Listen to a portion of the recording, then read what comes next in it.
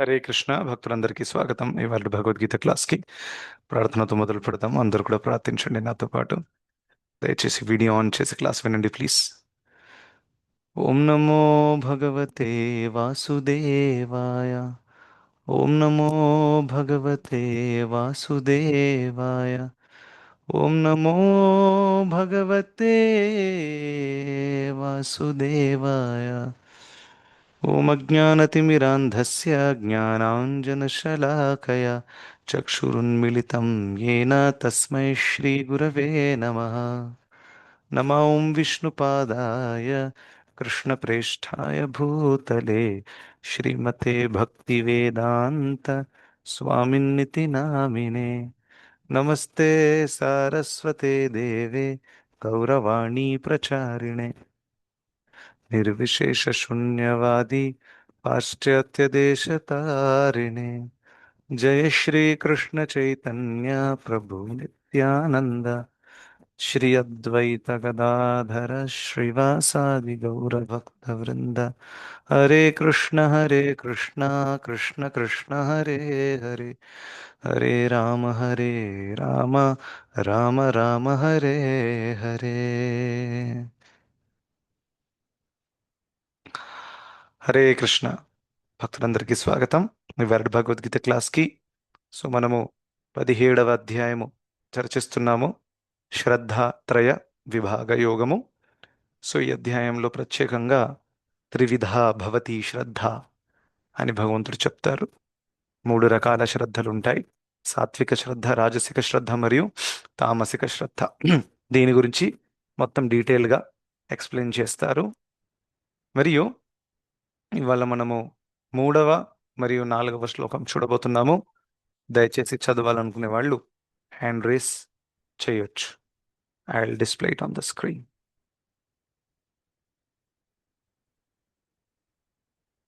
Yes. So Maithili Mata, you can read. Hare Krishna Prabhuji, దండోత్తరణ. హరే కృష్ణ, ధన్యవాద్. 17వ అధ్యాయం 3వ శ్లోకం. సత్వానురూపా సర్వస్య శ్రద్ధా భవతి భారత, శ్రద్ధామయోయం పురుషో యో యశ్రద్ధః స ఏవ సః. అనువాదము: ఓ భారత, వివిధ ప్రకృతి గుణాలలో తన స్థితిని అనుసరించి మనిషి ఒకానొక రకమైన శ్రద్ధను పెంపొందించుకుంటాడు.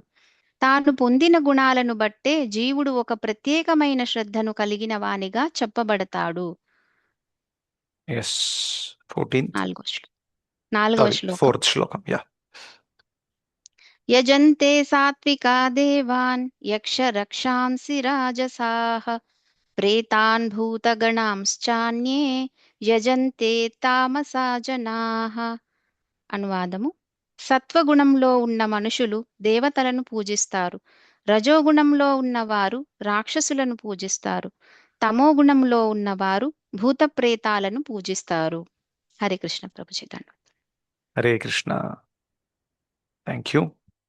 సో ఇది చాలా చాలా ఇంపార్టెంట్ శ్లోకాలు. సో మనం ఇందులో చూస్తాము, ప్రభుపాదుల వారు చాలా అద్భుతంగా ఎక్స్ప్లెయిన్ కూడా చేశారు. సో జీవాత్మ యొక్క ఒరిజినల్ చైతన్యం ఏంటి?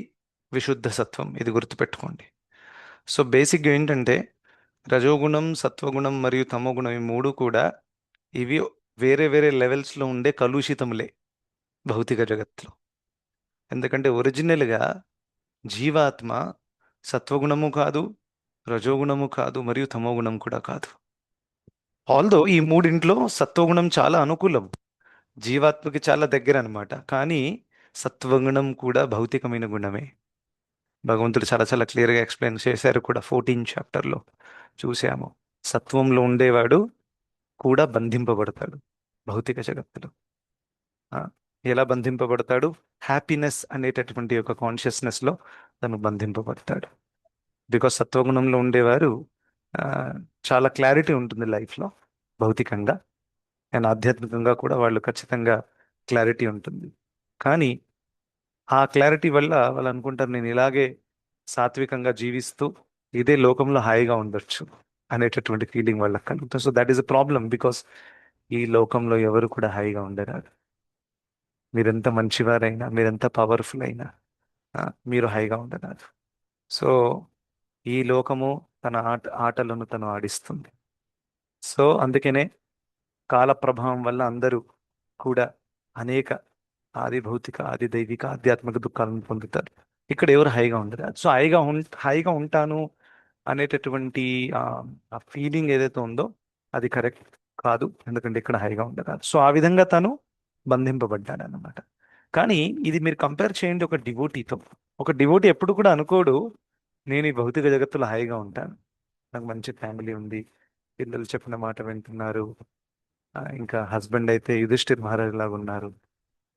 హస్బెండ్ అనుకుంటాడు నా వైఫ్ అయితే కుంతిదేవి లాగా ఉంది, సో అందుకనే నేను హాయిగా ఉంటాను. No, I'm sorry, you can not.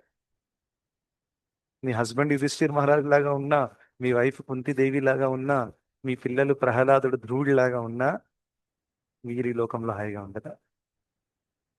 This is the reality of my feeling. వాళ్ళు ఎంత మంచి వాళ్ళైనా మీకు మీ శరీరం నుండి దుఃఖం వస్తుందా? ప్రకృతి నుండి దుఃఖం వస్తుందా రాదా? వీళ్ళ ద్వారా కాకుండే వేరే వాళ్ళ ద్వారా దుఃఖం వస్తుందా రాదా? ఆది భౌతిక, ఆది దైవిక, ఆధ్యాత్మిక. నేనైతే ఇప్పుడు చాలా బెస్ట్ ఎగ్జాంపుల్ చెప్పాను. మోస్ట్ ఆఫ్ అవర్ లైఫ్స్ ఈ కేసు అప్లై కాదు మనకి. ఏ కేసు? కుంతీదేవి, యుధిష్ఠిర్ మహారాజ్, ప్రహ్లాద్. మనదంతా రివర్స్ నడుస్తుంది. వేరే యాంగిల్లో బ్రతుకుతున్నాం మనం. అవునా? మరి ఇంకా ఎంత వర్స్ట్ కేసులో ఉన్నాం మనం. మరి అటువంటి వాడు హాయిగా ఉండే ఛాన్సే అసలు వాళ్ళ మైండ్ రాకూడదు. అంతా బెస్ట్ ఉన్నప్పటికీ హాయిగా ఉండలేకపోయారు పాండవులు. ఇదే విషయం భీష్ముడు చెప్పారు. తను మృత్యు సమయంలో భీష్ముడు చెప్తున్నారు, అరే అహో కష్టం అహోన్యాయం యద్యూయం ధర్మనందన జీవితం నార్హత క్లిష్టం విప్రధర్మాచ్యుతాశ్రయ. మరి దాని తర్వాత ఇంకా ఎక్స్ప్లెయిన్ చేస్తారు, అరే పాండవులారా, మీ దగ్గర అన్ని బెస్ట్ ఉన్నాయి. మీ దగ్గర సాక్షాత్తు ధర్మరాజే ఉన్నాడు. ఎవరు? యుధిష్ఠిర్ మహారాజు. ధర్మం తెలిసిన వాడు, వాళ్ళల్లో అందరికంటే ఉన్నతమైన వారు యుధిష్ఠిరుడు. ఆయన కంటే ఎక్కువ ధర్మం ఎవరికి తెలియదు. పేరే ధర్మరాజు, ఎందుకంటే యమధర్మరాజు నుంచి వచ్చారు ఆయన. యమధర్మరాజు పుత్రుడు ఒక రకంగా చెప్పాలంటే, కుంతీదేవి ద్వారా రావడము. మరియు బెస్ట్ ఆఫ్ ద ధనుర్ధనుడు మీ దగ్గర ఉన్నారు, అర్జునుడు. ధర్మరాజు ఉన్నారు, ధనుర్ధరుడు ఉన్నారు, మరియు మీ దగ్గర చాలా చాలా శక్తివంతమైన భీముడు ఉన్నాడు. భీముడిని ఓడించే శక్తి ఎవరి దగ్గర లేదు. ఆ, మరియు ఇదంతా ఎందుకండి? భీష్ముడు అంటారు, మీ దగ్గర సాక్షాత్తు కృష్ణుడే ఉన్నాడు. అయినా కానీ మీరు అన్ని దుఃఖాలకు గురయ్యారు. See, so to think that నేను ఏదో డివోషన్ చేసేస్తే దుఃఖాలన్నీ దూరం అవుతాయి, దట్ ఈస్ నాట్ మెచ్యూరిటీ. అక్కడ శాస్త్రాలు ఎక్కడ కూడా అలా చెప్పలేదు. మనం అలా అనుకోకూడదు కూడా. సో అంత కృష్ణుడే సాక్షాత్తు పాండవులతో ఉన్నప్పుడు కూడా వాళ్ళు వనవాసానికి గురయ్యారు. ఆ, విషాన్ మహాగ్నే పురుషాదర్శనాత్ అసత్సభాయా వనవాస కృచ్ఛ్రుత మృధే మృధేనేకమహారథాస్త్రతో ద్రౌణ్యస్త్రతశ్చాస్మహరేభిరక్షిత అని కుంతి మహారాణి వేడుకుంటుంది. తను తను తన జీవితంలో అనుభవించినటువంటి దుఃఖాల యొక్క లిస్ట్ పెడుతుంది. ఇంకా ఇవన్నీ కూడా జరిగాయని. అరే అన్ని బెస్ట్ ఉన్నప్పటికీ వీళ్ళ జీవితంలో ఎన్ని ప్రాబ్లమ్స్ జరిగాయి. రైట్. సో అందుకనే పాయింట్ ఏం చెప్తున్నానంటే, సత్వగుణంలో ఉండే వాళ్ళు కూడా బంధింపబడతారు, థింకింగ్ దట్ నేను ఇక్కడ హాయిగా ఉంటాను. పాండవులు కూడా హాయిగా ఉండలేకపోయారు, బాహ్యంగా అట్లీస్ట్. లోపల వాళ్ళు ఎప్పుడు హాయిగానే ఉన్నారు. ఎందుకంటే their hearts were surrender to Krishna. కృష్ణుడికి శరణాగతి ఉండింది. సో అందుకనే వాళ్ళు ఎప్పుడు కూడా ఇంత జరిగినా వాళ్ళు ఎక్కువ టెన్షన్ తీసుకోలేదు. అర్జునుడు కూడా యుద్ధం టైంలో మీరు చూశారు, ఆయన గివప్ అన్నాడు. ఒక రీజన్ ఏం చెప్పాడంటే, ఈ రాజ్యం కోసం నేను వీళ్ళని చంపడం ఎంతవరకు కరెక్ట్, దీనికంటే బదులు రాజ్యాన్ని వదిలేసి భిక్షం అడుక్కుంటాను. దాని అర్థం ఏంటి? వీళ్ళకి రాజ్యం పట్ల లోభము లేదు. జనరల్గా ఈ లోకంలో కూడా రెండు పొలిటికల్ పార్టీస్ గొడవ చేస్తూ ఉంటారు. మీకు అందరికీ తెలుసు కారణం ఏంటి? ఏంటి కారణం? వాడికి పవర్ కావాలి, ఆ సీటు నాకు కావాలి. ఎందుకు కావాలి? అక్కడ కూర్చొని ఎంజాయ్ చేయాలి. That's it. నిజంగానే సేవ చేయాలనుకునేవాడు సీటు లేకున్నా సేవ చేయొచ్చు. ఒప్పుకుంటారా లేదా? Common sense. నేనున్నానండి, నా దగ్గర 100 కోట్లు ఉన్నాయి. నేను ఎంపీ అవ్వాలని అవసరం ఉందా? సీఎం అవ్వాలని అవసరం ఉందా? నా డబ్బులతో నేను ఒక ట్రస్ట్ ఫౌండేషన్ ఓపెన్ చేసి చేయొచ్చా రాదా? చేయొచ్చు. So those who are sincere and genuine, they can do service even without post and position. ఈ పోస్ట్ పొజిషన్ కావాలనుకుని గొడవ చేసే వాళ్ళు, వాళ్ళకి పోస్ట్ కావాలి. కానీ ఏం చెప్తారు? సమాజం కోసం సేవ చేయడానికి కావాలి. సో ఇదంతా కలియుగం కాబట్టి you don't expect anything good in కలియుగ. సో అందుకనే అడ్జస్ట్ అయిపోయి ముందుకి నడవాలి. ఇప్పుడు ఎన్నెన్నో ప్రొటెస్టులు నడుస్తున్నాయి ఢిల్లీలో, జంతర్ మంతర్ దగ్గర. అది ఇది ఎన్నో నడుస్తున్నాయి. Of course neat paper leak అవ్వడము ఎన్నో ఎన్నో జరుగుతున్నాయి. కానీ ఒకే క్షణంలో ఇంత తక్కువ సమయంలో మార్పు రావడం అనేది అంత ఈజీ కాదు యాక్చువల్గా. ఎందుకంటే వీఆర్ లివింగ్ ఇన్ భౌతిక్ జగత్. సో ఇక్కడ అన్నీ కూడా చాలా అన్ఎక్స్పెక్టెడ్గా జరుగుతాయి. ఎస్, మారొచ్చు. మేబీ కృష్ణ చైతన్యము చాలా అద్భుతంగా స్ప్రెడ్ అయితే విశ్వమంతా మారొచ్చు. చూడండి, కృష్ణ చైతన్యము మన జీవితంలో వస్తే మన జీవితం మారిందా లేదా?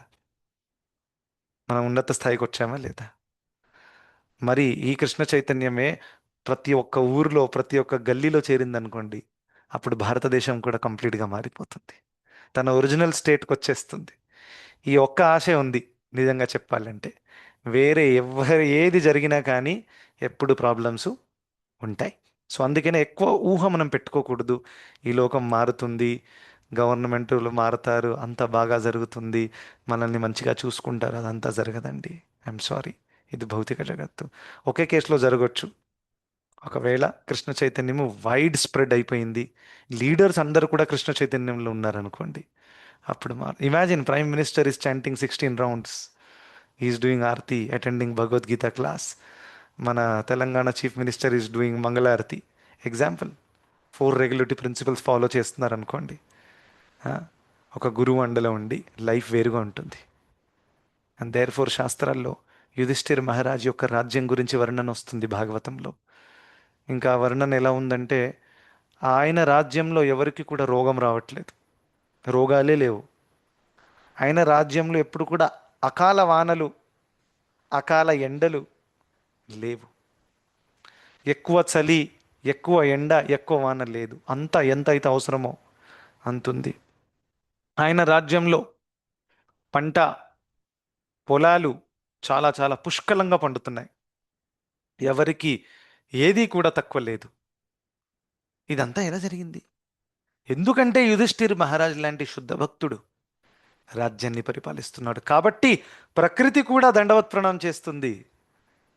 మీలాంటి రాజు ఉంటే మీ వాళ్ళని అందరినీ నేను సహకరిస్తాను అని ప్రకృతి కూడా కావాల్సిందంతా ఇచ్చేస్తుంది అనమాట. ఇది అసలైన స్టాండర్డ్. సో ప్రభుపాదుల వారు అక్కడ చెప్తారు, unless the leaders become Krishna conscious the world will not change. ఒకటే లైన్లో మనం మారుతున్నాం, కానీ కేవలం మనం మారాము, 20 మంది మారాము, 2000 మంది మారాము, లోకం మారదు ఒక బిగ్ స్కేల్లో. అందుకే లోకంలో జనాభా ఎంత ఉంది, అవునా? మీరు చూస్తే టోటల్ రీసెంట్ రిపోర్ట్స్ ప్రకారం టోటల్ జనాభాలో ఓన్లీ ఒక 2 to 3 lakhs, 2 lakh initiative devotees ఉన్నారు ఇస్కాన్లో. టోటల్ చూస్తే ఆల్ ఓవర్ వరల్డ్లో. So such a small number కదా జనాభా ప్రకారం. మీరు చూస్తే జనాభా is like hundreds of crores, but 2 lakh people దీక్ష తీసుకున్నారు. So long way. Leaders Krishna conscious అయ్యారనుకోండి, ఎటువంటి ఆ, కలుషితం లేకుండా ఆ, వారు శుద్ధమైన భావంతో సేవ చేయాలనుకుంటే అప్పుడే లోకం మారుతుంది. కానీ ఇది ఎంతవరకు జరుగుతుందనేది చాలా ఛాన్సెస్ తక్కువ, రైట్? సో అందుకనే we should always understand that one should never try to feel like I will settle nicely in this world. So original consciousness విశుద్ధ సత్వము, సత్వం విశుద్ధం వసుదేవ శబ్దితం అని భాగవతం చెప్తుంది. సో మన అసలైన చైతన్యము విశుద్ధ సత్వం. కానీ జీవాత్మ ఇలా భౌతిక జగత్తులో రాగానే, ఒక భౌతిక శరీరం రాగానే త్రిగుణాలు పట్టేసుకుంటాయి. అక్కడి నుంచి సత్వగుణం, రజోగుణం, తమోగుణం స్టార్ట్ అవుతుంది. అది స్టార్ట్ అయిన తర్వాత ఏమవుతుంది? ఆ గుణాన్ని బట్టి తనకు ఒక రకమైన శ్రద్ధ వస్తుంది. అదే 3వ శ్లోకంలో కృష్ణుడు చెప్తున్నారు. చదివారు కదా ఇప్పుడు. తను ఎంచుకున్నటువంటి లేకపోతే పెంపొందించుకున్నటువంటి గుణాన్ని బట్టి తను ఒక రకమైనటువంటి ఒక శ్రద్ధని పొందుతాడు. అందుకనే ఈ లోకంలో శ్రద్ధలు కూడా వేరే వేరే రకాలుగా ఉన్నాయి అందరివి. అందరు ఒకే, even we if you take Sanatana Dharma are హిందూయిజంలో కూడా ఎన్నో ట్రెడిషన్స్ ఉన్నాయి. ఆ, ఇంకా ఎన్నో ఆ, ఆరాధన విధానాలు కూడా ఉన్నాయి.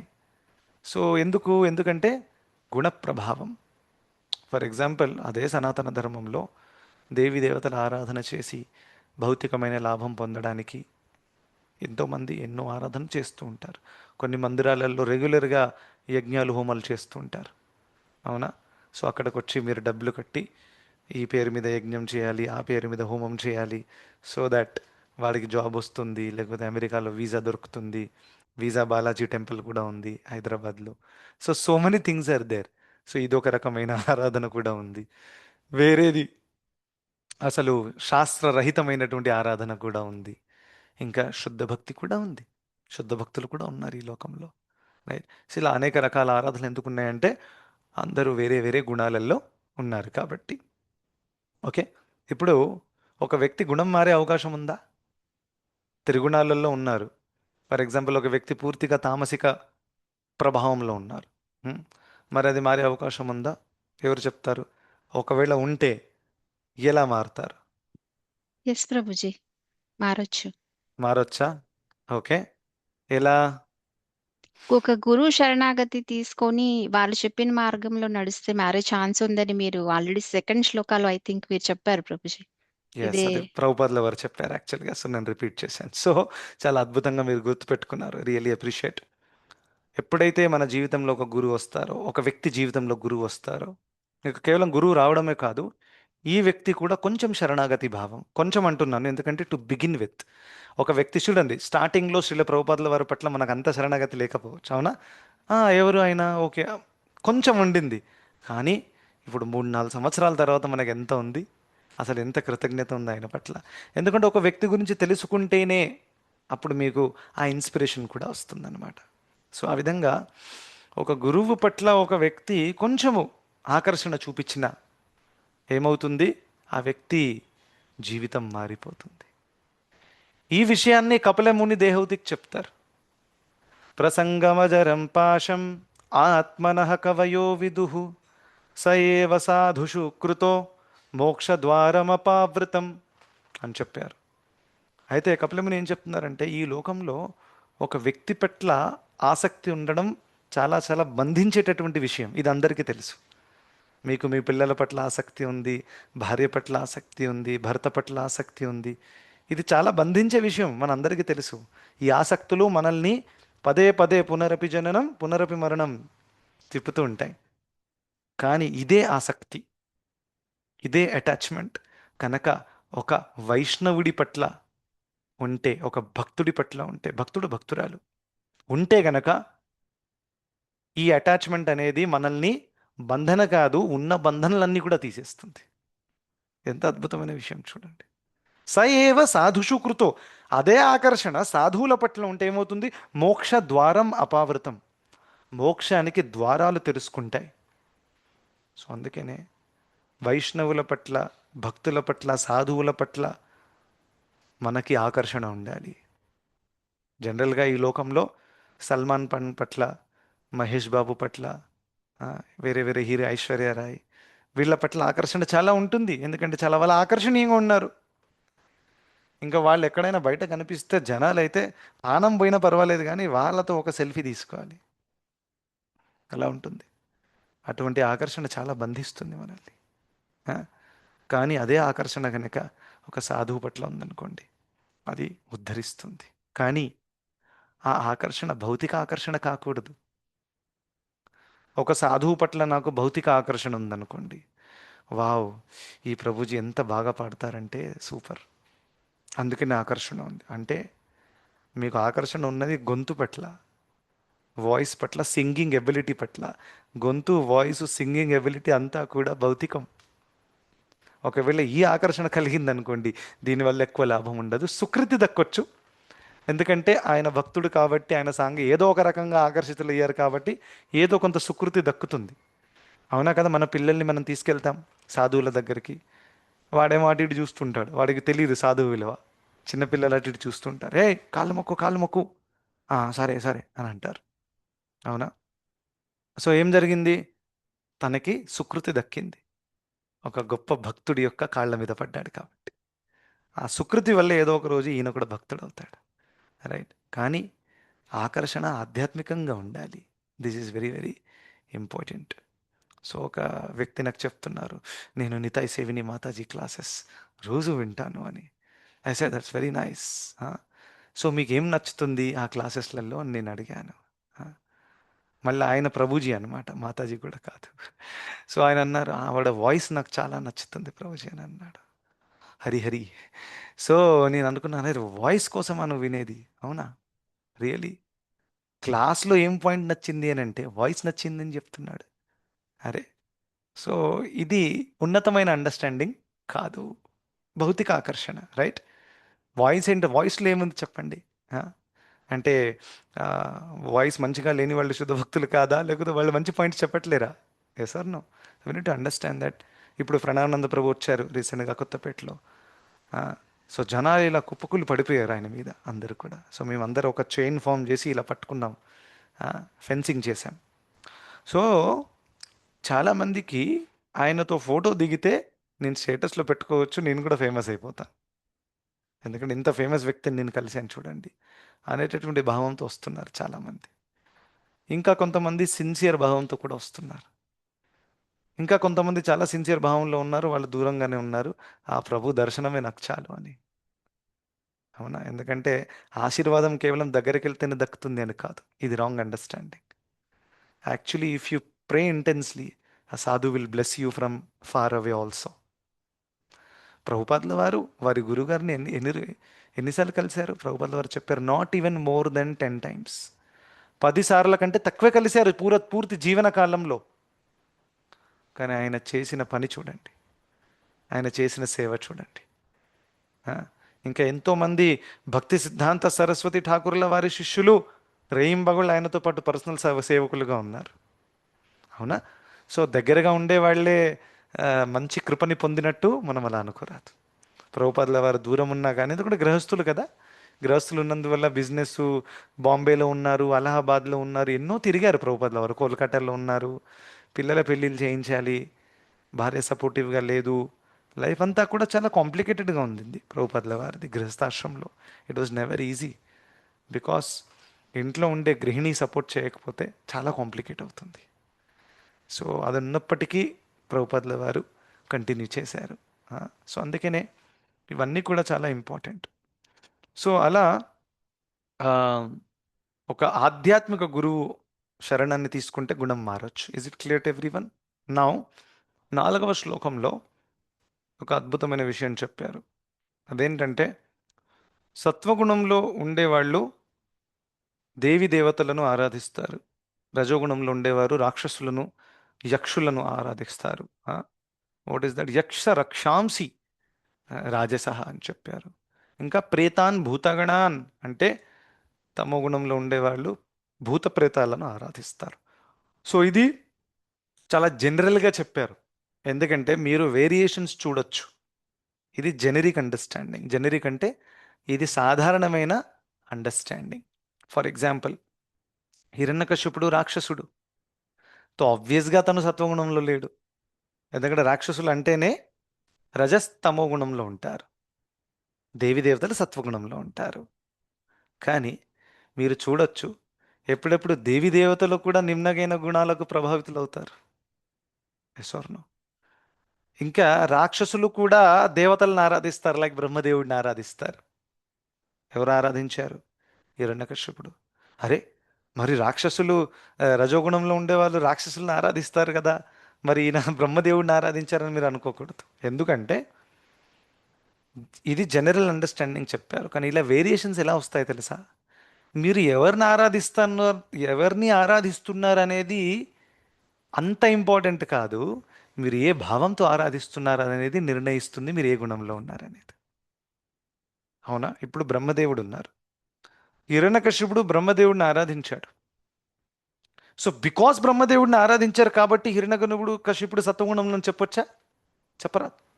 ఎందుకంటే తన భావాన్ని మీరు చూస్తే అప్పుడు మీరు క్లియర్గా చెప్తాడు వీడు ఖచ్చితంగా రజోగుణం తమోగుణంలో ఉన్నాడని. ఆల్ ద బ్రహ్మదేవుడిని ఆరాధిస్తున్నాడు, కానీ భావం ఏంటి?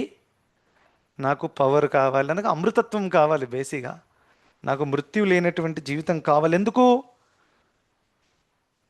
భక్తులు కూడా అమృతత్వాన్ని ఒక రకంగా మనము ఎంచుకుంటున్నాం, ఒప్పుకుంటారా లేదా? భగవద్ధామానికి వెళ్ళడం అంటే అమృతత్వమే, మృత్యువు లేనటువంటి ప్రదేశానికి మనం వెళ్తున్నాం. మరి హిరణ్యకశిపుడు కూడా అదే కోరుకున్నాడు, మనం కూడా అదే కోరుకుంటున్నాము. తేడా ఏంటి? మనం కోరుకుంటున్నాం ఎందుకంటే మనం అక్కడికి వెళ్ళి కృష్ణుడికి నిత్యముగా సేవ చేయొచ్చు. ఈ శరీరం బాధ కలిగిస్తుంది, అవునా? ఎన్ని రోజులు ఈ శరీరంలో చేస్తారు చెప్పండి? 10 years ago my body was like so much energetic and no problems. ఇప్పుడు మెల్లిమెల్లిగా అన్ని స్టార్ట్ అవుతున్నాయి, రైట్? సో ఇప్పుడిప్పుడు ఆలోచిస్తాను, చాలా తక్కువ సమయం ఉంది, I need to speed up. ఈ ప్రాబ్లం, ఆ ప్రాబ్లం, ఎన్నో ప్రాబ్లమ్స్ శరీరం నుంచి వస్తూ ఉంటాయి. సో ఈ శరీరం లేకపోతే బాగుండేది, కృష్ణుడికి సేవ చేసేవాడిని అని ఎలా? ఇప్పుడైతే ఈ శరీరంలో నడిపియాలి పని, అవునా కదా? సో ఆ విధంగా ఆ, అనుకోవచ్చు. సో భక్తులు ఎందుకు కోరుకుంటున్నారు అమృతత్వాన్ని? నిరంతరముగా ఎటువంటి ఆటంకులు అడ్డంకులు లేకుండా కృష్ణుడికి నేను నా సేవ అర్పించవచ్చు. హిరణ్యకశిపుడు కూడా కోరుకున్నాడు, ఎందుకు? నిరంతరంగా ఈ భౌతిక జగత్తులో నేనే రాజుని, అందరినీ నా కంట్రోల్లో పెట్టుకోవాలని. ఎంత తేడా ఉంది చూడండి. సో అందుకనే నాట్ జస్ట్ ఎవరిని ఆరాధిస్తున్నారు, బట్ ఏ భావంతో ఆరాధిస్తున్నారు. ఉం? శివుణ్ణి కూడా ఆరాధించాడు. ఎవరు? వృకాసుర అనేటటువంటి ఒక రాక్షసుడు. ఇది 10వ స్కందంలో వస్తుంది, as for as I understand. ఈ వృకాసురుడు శివుణ్ణి ఆరాధించాడు. ఇంకా మిగతా ఈయన పేరు ఐ థింక్ భస్మాసురుడు కూడా. భస్మాసురుడు విన్నారా పేరు? ఆ ఆ భస్మాసురుడిది ఇంకో పేరు వృకాసుర, గుర్తుపెట్టుకోండి. ఎలా? సో ఈయన శివుడిని ఆరాధిస్తున్నాడు, ఇంకా శివుడు దర్శనం ఇవ్వట్లేదు. మెల్లిమెల్లిగా తన శరీరంలో ఉండే మాంసాన్ని కట్ చేయడం స్టార్ట్ చేశాడు. అబ్బా, అసలు వింటేనే భయంగా ఉంది. చెయ్యి కట్ చేశాడు, కాళ్ళు కట్ చేశాడు, ఏమీ మిగలలేదు ఇక. లాస్ట్కి తల కట్ చేసి ఇచ్చేద్దాం అనుకున్నాడు. అప్పుడు ఈ ఘోర తపస్య. సో దీన్ని తామసిక తపస్య అంటారు. ఇప్పుడు అదే నెక్స్ట్ సెక్షన్ రాబోతుంది. కృష్ణుడు ఇమ్మీడియట్గా తపస్య గురించి మాట్లాడతారు, తర్వాత యజ్ఞం గురించి మాట్లాడతారు. సో ఈ తామసిక తపస్య చేస్తుంటే శివుడే భరించలేకపోయాడు. అయ్యయ్యో ఏం చేస్తున్నాడు ఈయన అని వెంటనే దర్శనం ఇచ్చారు. సో ఏం కోరిక కావాలని? మీకు అంత స్టోరీ తెలుసు, తర్వాత ఏం జరిగింది, నేను ఎవరి తల మీద చేయబడితే వాళ్ళు భస్మమైపోవాలి. సో ఆ విధంగా తన తథాస్తు అని చెప్పిన తర్వాత ఈయన శివుడి వెంటే పరిగెత్తాడు. ఎందుకంటే మీ పార్వతీదేవి చాలా అందంగా ఉంది, నాకు కావాలని. ఇది రాక్షసులు, అవునా? ఆరాధిస్తారు, పవర్ వచ్చింది, పని అయిపోయింది, వీడినే చంపేద్దాం, అవునా కదా? సో ఆ విధంగా స్వార్థం కోసమే దేవతలు. సో వాళ్ళు ఎవరిని ఆరాధించినా కానీ ఏ భావంతో ఆరాధిస్తున్నారు అనేది ఇంపార్టెంట్. అదే మీరు చూడండి, ప్రచేతలు ఇదే శివుడిని వాళ్ళు చాలా చాలా రెస్పెక్టబుల్గా శివుడిచ్చినటువంటి రుద్రగీతాన్ని వాళ్ళు స్వీకరించారు. మరి ప్రచేతలు ఉన్నత స్థాయిలో ఉండే భక్తులు, చూడండి, అదే శివుడు, రైట్? సో ఆరాధన చేసేవాడి కాన్షియస్నెస్ మోర్ ఇంపార్టెంట్ దాన్ ఎవరిని ఆరాధిస్తున్నాం అనేది, రైట్? సో మన భస్మాసురుడు ఇంకా ప్రచేతలు ఇద్దరు శివుడిని ఆరాధిస్తే వీళ్ళు ఆధ్యాత్మికంగా ఎలా ఉన్నత స్థాయికి రావాలి శివుడు చెప్పండి అని వాళ్ళు వేడుకుంటే ఆయన రుద్రగీతం చెప్పారు. ఎలా ఉన్నత స్థాయికి ఎదగాలి, ఎలా భౌతిక ఆసక్తులు తెంచుకోవాలి, అది ఆ లాంగ్వేజ్ మాట్లాడారు. ఈ వృకాసురుడికి తథాస్తు అని ఇచ్చేశారు. ఇద్దరికి తేడా ఉంది, రైట్? సో అందుకనే జనరల్గా ఒక వ్యక్తి సత్వగుణంలో ఉంటే దేవతల పట్ల తనకు ఆకర్షణ ఉంటుంది. రజోగుణంలో ఉండేవాడు యక్ష రాక్షసులను ఆరాధిస్తాడు, so that I can get more power, more strength. ఇంకా తమోగుణంలో ఉండేవాడు, ఆయనకి పూర్తి అజ్ఞానం ఉంటుంది. భూతాలను, ప్రేషాసలను మనం సినిమాలలో కూడా చూస్తాం కదా, ఇలా బ్లాక్ మ్యాజిక్ ప్రాక్టీస్లు చేస్తారు చూడండి, వశీకరణ అండ్ చేతుబడియా ఏదో అంటారు, I don't know. So all of that things which they do, ఇదంతా కూడా తామసికమైన ప్రాక్టీస్లు అనమాట. ఇందులో రాక్షసులను, మన భూత ప్రేతాలను ఆరాధించడం అంతా కూడా. సో ఈ విధంగా గుణ ప్రభావం వల్ల వాళ్ళు ఎవరిని ఆరాధిస్తున్నారు అనేది కూడా చాలా వరకు ప్రభావపడుతుంది. సో ఎంత విన్న తర్వాత మనకి లెసన్ ఏంటి ఇక్కడ నేర్చుకోవడానికి? What is the lesson we can learn? ముఖ్యంగా ఒక ఇంపార్టెంట్ లెసన్ ఏంటంటే మనము ఒరిజినల్గా శుద్ధసత్వం కాబట్టి భక్తిలో మనం భక్తి మార్గం చేసుకుంటున్నాం. ఇది ముందు కూడా చెప్పాను. ఇంకా ఎస్బి కేశవ స్వామి మహారాజ్ చెప్పారు ఈ పాయింట్. భక్తిలో ఎదగడం అంటే ఏదో కొత్త చైతన్యాన్ని బయట నుంచి తీసుకురావడం కాదు. కొత్త చైతన్యాన్ని పెంపొందించుకునే అవసరం లేదు. ఉన్న అశుద్ధ చైతన్యాన్ని తీసేయాలి. ఎందుకంటే మన ఒరిజినల్ శుద్ధమే ఆల్రెడీ. బంగారం ఉంది, దాని మీద మొత్తం దుమ్ము పడింది. ఇప్పుడు బంగారం ఒరిజినల్ స్టేట్లో రావాలంటే మీది నుంచి బంగారం వేసే అవసరం ఉందా మళ్ళీ? నో, దుమ్ముని దులిపేయాలి, ఆటోమేటిక్గా వెలుగుతుంది. అదేవిధంగా మీద ఉండేటటువంటి ఆవరణలు తొలగించాలి. అది తొలగించడానికే తీవ్రమైన సాధన చెయ్యాలి. రైట్. అది చేస్తే ఆటోమేటిక్గా నిత్య సిద్ధ కృష్ణ ప్రేమ సాధ్యకేబునాయి శ్రవణాది శుద్ధ చిత్తే కరయ ఉదాయ్. నిత్య సిద్ధ కృష్ణ ప్రేమ మీరు పొందరాదు అని చైతన్య చరితామృతని చెప్పే సాధ్యకేబునాయి. పొందరాదు. ఏం చేయొచ్చు? కేవలం రీగెయిన్ చేయొచ్చు, పునర్స్థాపించవచ్చు. పునర్స్థాపించడం వేరు, పొందడం వేరు. పొందడం అంటే కొత్తది తీసుకురావడం, పునర్స్థాపించడం అంటే ఉన్నదాన్ని మళ్ళీ బయటికి తీసుకురావడం. సో ఎలా వస్తుంది? శ్రవణాది శుద్ధ చిత్తే. శ్రవణాది శుద్ధ చిత్తే అంటే శ్రవణము కీర్తనం ద్వారా చిత్తము శుద్ధమవుతుంది. చిత్తము శుద్ధమైతే ఆటోమేటిక్గా ఒరిజినల్ కృష్ణ చైతన్యం బయటకు వస్తుంది. సో అందుకనే we should have tremendous amount of focus on Sadhana and సేవ. దీని ద్వారా చిత్తం శుద్ధం అవుతుంది. ఆటోమేటిక్గా అన్ని అద్భుతమైన లక్షణాలు మనలో వస్తాయి. ఇది మనం నేర్చుకోవాల్సిన విషయం. Thank you so much. Hare Krishna. ఇంకా ముఖ్యమైన పాయింట్ ఏంటంటే భక్తులు విశుద్ధ శుద్ధ స్థాయిలో ఉంటారు. సో వాళ్ళు దేవి దేవతలను కూడా ఆరాధించే అవసరం లేదు. వాళ్ళు యక్ష రక్షాంసి అవసరం లేదు. ఇంకా భూత ప్రేత గణాన్ని కూడా అవసరం లేదు. వాళ్ళు కేవలం డైరెక్ట్గా కృష్ణుడిని ఆరాధిస్తారు. సాధారణంగా సత్వగుణంలో ఉండేవారు విష్ణువుని ఆరాధిస్తారు, విచ్ ఇస్ వెరీ నైస్. ఆ వ్యక్తి విష్ణువుని ఆరాధించి చాలా త్వరలో శుద్ధసత్వానికి వస్తాడు. రైట్. శుద్ధసత్వానికి ఇంకా సత్వానికి చాలా దగ్గర ఉందన్నమాట రెండు. రైట్. అలా. Okay. Thank you so much. Hare Krishna.